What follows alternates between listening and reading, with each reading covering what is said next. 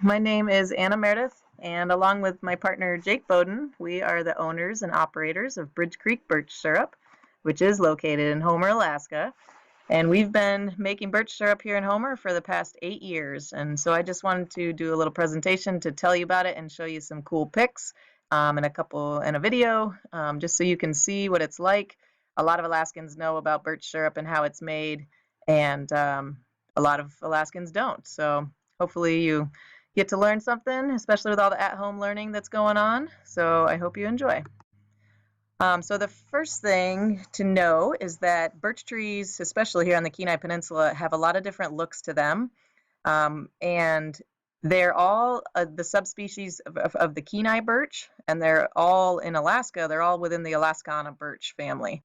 And so we're the only ones in Alaska that are tapping Kenai birch, which also can alter the flavor slightly. So that makes our syrup taste different than the other producers in Alaska, which are in Talkeetna, there's Kahiltna Birch Works, and then up in Fairbanks, there's two producers as well. And that's just right now in year 2020, there's 4 of us commercial producers. And commercial just means that you're making enough product or birch syrup that you sell it to other people. So we gift it and we share it with others, but we also sell it. So it's a part of our income. It's a small business for us. So we tap the Kenai birch. So the first part of making birch syrup is that you have to tap the tree. And so this is also how people make maple syrup. And there's other ones that are made in the Southern American states, like black walnut and hickory syrups. And also you can make sorghum syrup, which is from a grain, which is pretty cool. So we're just taking the sugars from those plants and reducing them down until it's only the sugar, and then it tastes good to humans, and so we're able to consume it or to drink it or eat it. So tree sap, it looks like you can see here in the photo. It's very clear. It's very much like water because it is 99% water with birch sap. And there's also lots of minerals and nutrients and electrolytes to go along with the sugar. And so that provides the tree with the energy that it needs so that it can pop its buds out so that it can form leaves every single year. Because remember, they are deciduous trees and they lose their leaves every fall. And each fall, they're pushing all those minerals and nutrients down into their roots so they can store them there for the springtime. So all winter, their roots are packed with all those good energy building components that they're going to need every spring. So we also tap into there, and we get less than 10% of the sap. So it doesn't hurt the tree to tap it. So that's always really important and good to know. And then once the tree is able to put its leaves out, then photosynthesis takes over and it gets its energy from the sun for the rest of the summer. So it's time to tap trees as the ground begins to thaw each spring. So I like to say when you leave your jacket at home and you don't need a coat anymore, that's when it's time to start thinking about it's time to make birch syrup, or it's time to collect birch sap for drinking. So the tree, starts to draw the sap up the different xylem veins. And so we will go in with these taps and we just pop them in. Which is a process that I'll show you here soon. And then we have to, once you tap the tree, you're going to go back and collect that sap every single day until the buds come out. So it's a pretty short season, but it's a lot of work and it's a lot of fun. So I really recommend that everybody, if you have a birch tree, that you consider tapping that yourself. So the first part is that you acquire your tap. They're also called spiles. We use ones that are used for the maple industry, the maple syrup industry. So ours are 7/16. We've also had 5/16. There's different size taps. And you just want to tap. At first, we would tap on the southern side of the tree because they're getting a lot of light exposure. And so they're usually a really strong pressurized xylem run there. But also, every year that you tap a tree, you want to tap it a couple inches away from last year's hole, and the holes will heal up completely if you have a healthy tree. And we try to only tap the healthy trees that have no signs of cracks, no signs of other trees that have fallen down and leaned on them or broken their branches off. And when we look up and we want to see a lot of branches and that shows that it's a healthy tree, that it has a lot of foliage potential, that it can grow up and develop the way that it's supposed to. And so we leave the ones that don't look like they're very healthy so that they can manage on their own. So we only tap the healthy looking trees. So we just do that by drilling in a 7/16 drill bit. So in and out very quick. It's not very deep. It's just over about an inch. And then you just tap it in. Again, not very hard. It takes like 3 pretty good whacks with the hammer. And then when you can feel the hammer bounce back at you, you know that it's in enough. And so we use these these 2.5 gallon industrial grade Ziploc bags to collect the sap. And since it's just like water, it is really heavy. So it's about 8 pounds for a gallon of sap, which is just like water. So all we are really going for is that 1% sugar that's in there. And so that 1% sugar is what birch syrup producers are harvesting. And no sugar is added to our Bridge Creek birch syrup. It's only the sugars from the roots of the trees. So this year 2020, our season, today we are at day 19. And so it's been a good big season for us. It was everything about the weather and the year beforehand plays into the health and wealth of this year's season. So last year we had a really hot, dry summer here on the peninsula. And so our trees actually benefited from that. We didn't know how they would do, but they did really well, and they were able to store a lot of sap and a lot of nutrients. So it turned out to be a really good run this year, which you never really know for sure. But we do keep data of all of our years so that we have that information and we can look at that science and compare year to year. And that helps us to know when to tap and when to start thinking about it and about how long our seasons might go. So that's what it looks like to tap. On average, birch trees give about a gallon of sap every day during the season. Once you tap them and once they start running, which is what it's called when the sap starts flowing, once they start running, birch trees don't stop. Maple trees will shut down at night when it gets cold, and then they might not even run for a couple days, and then they'll start again. But birch trees are different. They behave differently. Once they start running, they don't stop. So that's why it's important that we go out and we collect the sap every single day. And some of the trees overflow and we'll get over 2.5 gallons every day. We even have a tree that we put a bucket under, and it gives, with 2 taps in one tree, it gives about 6 gallons every single day. It's amazing. So this year we have about 1,400 trees with taps in them, and we work with willing landowners, so people who are willing to have us go into their birch forests and tap their trees and collect their sap, and we give them a great amount of syrup for that they share with their families, and they're happy that it's made from their property. And so it's a great relationship that we have there. So as far as how commercial operations do this, a lot of people use tubing, which means that every tree will be connected throughout the entire grove, and all the sap will flow down the tubing during the day into a tank, and then you just come and get the sap from the tank.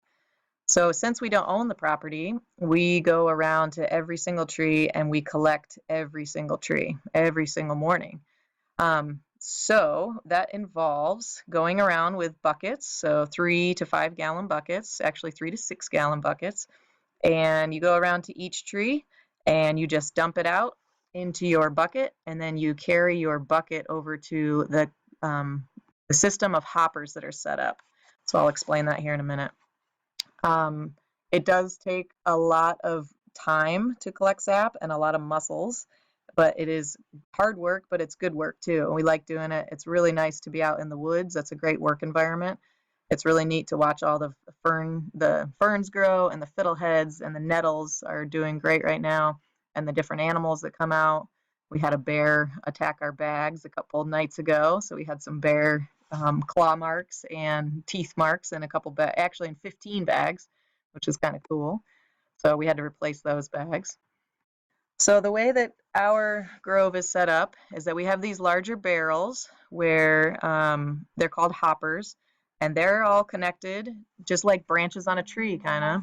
They are all connected through to a main line, which is in 1 inch to a 1.5 inch black tubing. And that tubing runs down the hill with gravity. Gravity is a huge part of it. and that tubing runs into tanks in the back of our truck. And so we will fill those 2 tanks, and we'll do that 4 times now that we have 1,400 taps. And so this year we broke our record and we made over 1,000 gallons of sap for about 4 or 5 days. And so we're going to boil down those 1,000 gallons of sap into syrup. And it does take a lot of fuel to run that diesel truck and a lot of power for that to work. So we call that our sap wagon. And you have to think about, remember, so we have 8 pounds per gallon of sap. So if you do the math, we have about 275 gallons in that front tank and about 250, 260 in the back tank. So we're carrying upwards about 4,000 pounds of sap that's being hauled uphill. And so that's really, really a lot of stress on a vehicle. And so we maintain our vehicle throughout the year so that it can handle that much, it needs that much horsepower to do that. So I wanted to make sure I shared this tree. This is kind of our winter tree every spring. So she has 2 sap bags hanging on her, and they're almost full every time. And we call those fat sacks. So you walk around in the woods and you say, "Whoa, look at that fat sack." So they're always really impressive when they get a lot of beautiful sap every single day. This is our 2019 Sap Sucker crew. So if we go out and volunteer to help, everybody gets traded a bottle of syrup from us, and we really appreciate the help. And we call people sap suckers if they come help. So we had 34 volunteers last year, and we had educational visits from Paul Banks Elementary School and Little Fireweed School and the Migrant Ed program. And we hope to have some Project Grad classes come up here in the future too. This is just kind of for fun. This is another way to get birch sap from a tree. So this is a friend that was pruning his tree, and even if you see your birch tree out in your yard in the springtime, whether you're pruning it or if there was an injury to it and there's a wound, like a branch came off, you'll probably see that it's wet, and that's just the sap. So you can just go up and drink that sap. It's totally good for us to drink. It's like nature's Gatorade. And some cultures actually drink the birch sap every spring as a spring tonic or a spring elixir. So all people of all ages, especially in Scandinavian cultures, look forward to drinking that sap every spring. And there's a lot of locals now that drink sap from their own trees in their own yard. And it's a great thing to do, and especially because it saves you from all the work of making syrup. So everybody can drink the sap if you have trees, but making the syrup takes a lot of time and a lot of effort. So it's a great science project to do that at home. And then also you can leave it to people with big operations, kind of like ours, so that you don't have to do all that time. So here's what it looks like when we collect the sap. Now we go up to the sugar shop about midday. And then for the rest of that day into the night, we're making it into syrup. And again, you have to do this every single day. So this is our sugar shop at Bridge Creek Birch Syrup. This is where the evaporator is that cooks down the sap. There's another shot of it.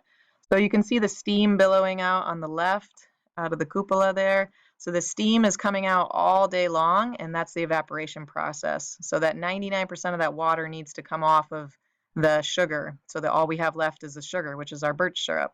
So we have to get rid of that, and there's a couple ways to do that.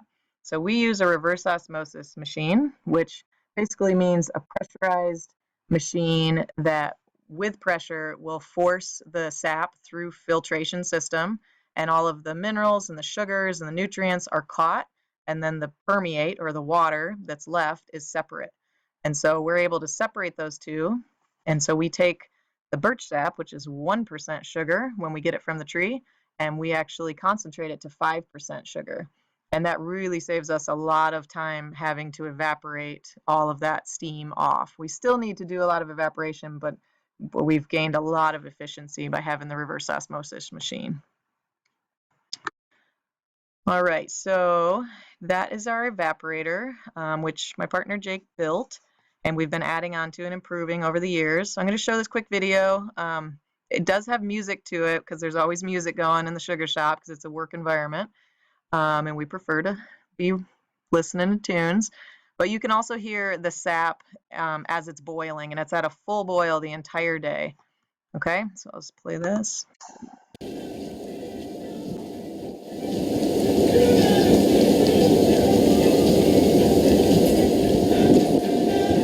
here you can see the steam billowing out, smokestack, letting the smoke and the flames out. So we're feeding the fire throughout the day. Probably every 15 to 20 minutes, a ton of wood is consumed. We're the only ones who use a wood fire operation here in Alaska. You can also do it with natural gas, or you can use propane, which is a great way to do it as well. Here's a close-up shot of what that boiling sap looks like. So you can tell in this picture, it starts out clear or lighter, like in before here. And then as it cooks down and concentrates, it gets the color of the birch syrup, which is a richer, darker, caramely, nice tone to it. Here's an overshot, feeding that fire. And so every single day that we collect sap, we make it into birch syrup that night. So it's a daily process. It's kind of like fishing in that way, a fishing season, and that every day you do the same routine and you're going out, you're collecting the fish, you're putting them away, you're processing them, you do the same thing every day, you clean up, and then you start over. So it's similar to that, and it's also similar to fishing in that it's a lot of hard work for a short amount of time. And it has a lot of produce from that, a lot of production. So we stow the syrup actually in buckets now, but we stow it and we put it away. We're going to make over 150 gallons this year and in year 2020. And it takes 100 gallons of sap to make 1 gallon of syrup since it's 1% sugar content. And so that means that we're going to haul over 15,000 gallons of sap and by hand and cook that down and filter that down into the syrup. So that's where all the work comes in, is the ratio of sap to sugar or sap to syrup. So we'll stow it away in these 5-gallon jugs or 5-gallon buckets, and then at a later time we'll go through the whole bottling process of pasteurizing, bottling, so that we can sell it and trade it with customers. So another thing about birch syrup that's kind of cool is that it comes in 3 different runs. So there's early, mid, and late run. So the early run is the first sap that comes out of the tree in the early spring, and it's really smooth, a really light. It's got a really nice mellow flavor of caramel, mellow fruits, sometimes a little buttery. And so that is really great used in the raw. So you can use it on your pancakes, on ice cream, on vanilla ice cream. It's really awesome. Or on coconut ice cream. You can use it in your morning cereals like oatmeal, yogurt. You could even mix it in with some nut snack mixes. So you can also just drink it straight from the bottle because of the nutrients and minerals that are in there. And we recommend everybody starts with birch syrup that's from early run because it's a kind of the easier introduction to it because it gets stronger from there. So the mid run is a darker, richer flavor, and it comes from the trees mostly mid-season. Every year is different because of the weather and just because of all the factors in the environment around the trees. But it gets a little darker and a little richer as more minerals are pulled from the roots of the trees. And the sugars actually convert to a different type of sugar. It's a fructose-glucose combo at this point. And so a lot more flavors come out. So this tastes a bit like toasted marshmallows. It's buttery, it's hearty, kind of like a dark cherry, sometimes raspberry flavors in there. So this is also great to just take a shot out of the bottle for health, but you can also use it for any dessert topping, ice cream again. You can mix it with drinks like iced tea or sweet tea, salad dressings, coleslaw dressing, baked goods. Anywhere that you would use sugar, you could try and substitute birch syrup and see if you like it and if it works well, and you can feel good in knowing that it's good for you, and especially if it's local to you. We actually won a second place in a Russian birch syrup tasting competition for our mid-run flavor. We're happy to see that. And then finally there's late run, and that's a really rich, robust flavor of birch. It's packed with minerals, and it's mostly a fructose sugar. And this is really loved by food connoisseurs or people like chefs or people who cook in kitchens. It really has the complex, kind of tangy and bold flavors. Some people describe it that like they taste a little bit like wood, like ripe bananas and dried fruits, but also with a little smokiness. So this is also, you can use straight out of the bottle for health. You could also bake with it. It can hold up to the heat. It's really good too for smoking and grilling meat or fish, making into sauces and marinades. And we won a first place in an international birch tasting competition by Cornell University for our late run flavor. And then so another big part of the business, our small business, is that we have to get rid of all this syrup that we make. So we have to sell all of it. So we're really involved with our Homer Farmers Market, and we sell to different gift stores around the country. We also, mostly around Alaska for sure, but we do ship to Canadian and some US customers who are just interested in birch and know it. And so that's a whole nother part of it, is educating people about what it is, how to use it, how it's good for them and why, and just that whole process of tourism and how to get it to the customer so people can enjoy a locally made food product. All right, well, thanks for checking out our presentation. And we don't have a website, but if you Google Bridge Creek Birch Syrup, Homer, Alaska, there's a few articles and podcasts that come up. And we appreciate you learning about it. And if you have any birch trees around you, get a hold of us and we'll be happy to supply you with a tap and some bags. And everybody should be drinking the birch sap because it's so good for us in the springtime. So thanks for learning and checking out our pictures. All right, bye-bye.